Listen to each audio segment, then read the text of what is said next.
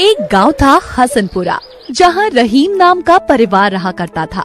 वो बहुत ही गरीब परिवार था और बड़ी ही मुश्किल से गुजर बसर किया करता था।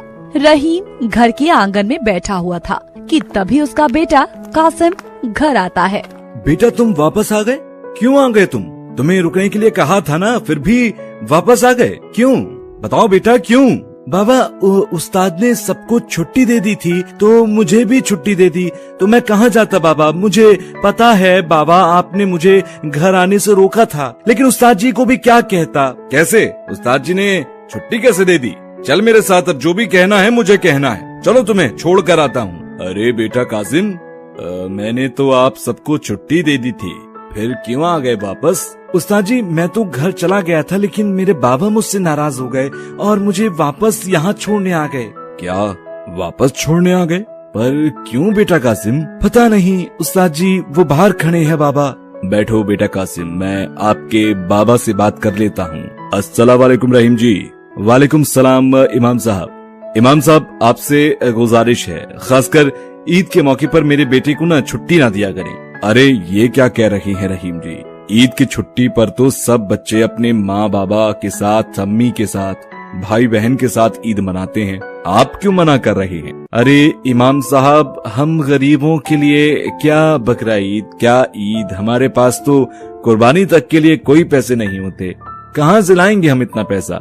हम गरीबों की क्या खुशियाँ, ना तो हम अपने बच्चों के लिए अच्छे कपड़े और ना ही अच्छे खिलौने ला सकते हैं। अरे रहीम जी, आप कैसी बात कर रहे हैं? ईद तो सबका त्योहार होता है, इसे मनाने पर कोई पाबंदी नहीं है, उसमें ना ही कोई गरीब ना ही कोई अमीर, ईद तो सबका त्योहार है। देखिए इमाम साहब, जब बच्चा घर आता है तो वो घर आकर नए कपड़ों की ख्वाहिश और कुर्बानी की हसरत रखता है। मैं नहीं चाहता कि मेरा बच्चा हसरतों के बोझ तले दबा रहे, इसीलिए मैंने कहा कि आप मदरसे में ही रहो, यहाँ कम से कम उसे कुर्बानियां, गोश्त नसीब तो होगा। ओह, तो ये मसला है, इसलिए आप अपने बच्चे को यहाँ छोड़ना चाहते हैं। इमाम साहब, मेरे बच्चे को ये सब ना बताइएगा कि उसे छोड़ने की असल वजह ये है। नहीं नहीं, मैं कुछ नहीं बताऊंगा कासिम को। आप अल्लाह की जात पर और उसकी रहमत पर पूरा यकीन रखें, अल्लाह कुछ ना कुछ आपके लिए अच्छा करेंगे। आमीन या अल्लाह। बेचारा गरीब ईद के मौके पर अपने बच्चों को ना कपड़े ना कुछ दे सकता है, या अल्लाह सबकी मदद फरमा। गांव में एक अलाउद्दीन चाचा रहते थे, जिनका कारोबार बहुत ही अच्छा चलता था और उनकी एक कपड़े की फैक्ट्री थी। उनका प्रॉपर्टी का कोई केस चल रहा होता है कोर्ट में, तभी एक दिन उनके वकील का फोन आता है। मुबारक अलाउद्दीन चाचा, आपको मुबारक हो, आप केस जीत चुके हैं। सच ही कहा है किसी ने, जीत हमेशा सच्चाई की होती है। शुक्रिया वकील साहब, शुक्रिया, आपका बहुत बहुत शुक्रिया। और सही कहा आपने, जीत हमेशा सच्चाई की ही होती है। अल्लाह ने फैसला आपके हक में सुनाया है। आपने ये तो बहुत ही अच्छी खबर सुनाई, अल्लाह का लाख लाख शुक्र है। चलिए वकील साहब, आपसे मैं थोड़ी देर में मिलता हूँ। या मेरे अल्लाह, तेरा लाख शुक्र है, तूने मेरा इतना मुश्किल काम कराया, उसके लिए तेरा लाख लाख शुक्र है। अब जो मैंने इस काम की नियत की थी, उस काम को मुझे अंजाम देना होगा। अस्सलाम वालेकुम इमाम साहब। इस मदरसे के इमाम साहब आप ही हैं? जी मैं ही हूँ, आप हुक्म करें। असल में इमाम साहब, मैं ये कहना चाहता हूँ कि मेरी नियति थी कि मेरा एक काम हो जाए, तो मैं अल्लाह की राह में कुछ ज़कात दूंगा, और अल्हम्दुलिल्लाह मेरा वो काम हो गया। इसी सिलसिले में मैं यहाँ आया हूँ। माशा अल्लाह, सुबह अल्लाह, सबकी सुनने वाला है अल्लाह। आपकी हर जायज तमन्ना को पूरी करे, वो सबकी सुनने वाला है। आमीन। ये लीजिए, पूरे 50,000 रुपए हैं, इसे अल्लाह की राह में खर्च कर दीजिएगा। इंशाअल्लाह अल्लाह ताला आपको हर मुश्किल से दूर अता फरमाए और आपकी रोजी में बरकत अता फरमाए। इतना कहते ही अलाउद्दीन चाचा साहब को पैसे देकर चले जाते हैं और इमाम साहब कहते हैं, या मेरे अल्लाह, तू मुश्किलों को आसान करने वाला है, तू किसी न किसी रूप में अपने नेक बंदे को भेजकर अपने गरीब बंदों की मुश्किलात दूर करने वाला है। इमाम साहब कासिम के पास जाते हैं और कहते हैं, बेटा कासिम, घर के हालात आपके कब से ऐसे हैं? उस्ताद जी, मेरे घर के हालात तो मैं जब से पैदा हुआ हूँ ऐसे ही देख रहा हूँ। बाबा दिन रात काम करते हैं, लेकिन उससे ज्यादा कमा नहीं पाते, बस कैसे न कैसे गुजर बसर करते हैं। इसलिए हम अपनी दिल की ख्वाहिशों को दफना लेते हैं और बाबा से किसी भी हसरत को पूरा करने के लिए नहीं कहते। मैं सब कुछ जानता हूँ कि बाबा हमारे लिए ना ही अच्छे कपड़े ला सकते हैं और ना ही अच्छे खिलौने। अल्लाह ताला बाबा को कामयाबी अता फरमाए। तो इस बार कासिम ईद की खुशियाँ भी मनाएगा और कुर्बानी भी करेगा। अल्लाह ताला हर गरीब को खुशियाँ अता फरमाए। बेटा कासिम, कल अपने बाबा को लेकर आना, मुझे उनसे कुछ जरूरी बात करनी है। कासिम सुबह होते ही अपने बाबा को ले आता है। आइए रहीम जी, आइए। किसी ने सच ही कहा है कि ऊपर वाले के यहाँ देर है लेकिन अंधेर नहीं है। मैं कुछ समझा नहीं। आपकी अल्लाह ने सुन ली।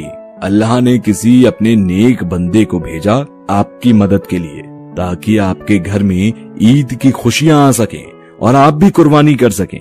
इमाम साहब रहीम को कुछ पैसे निकाल कर देते हैं और कहते हैं, अल्लाह ने आपकी मदद की है और जाइए ऐसे अल्लाह की राह हमें खर्च कर दीजिए।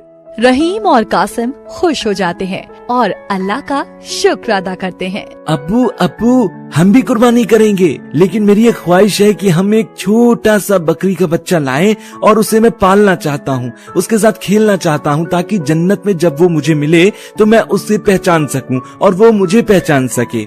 सही कहा मेरे बच्चे, इसका सवाब भी बहुत मिलता है। और जब हम बचपन से किसी को पालते हैं और उसे अल्लाह के लिए कुर्बान कर देते हैं तो वो जानवर अल्लाह से हमारी मगफिरत की दुआ करता है और अल्लाह हमसे राजी हो जाता है। इस तरह रहीम एक बकरी का छोटा सा बच्चा ला कर देता है। कासिम उसे बहुत प्यार करता है और उससे पालन पोषण करता है। कुछ दिन बीत जाते हैं और अब कासिम का बकरा भी बड़ा होता है।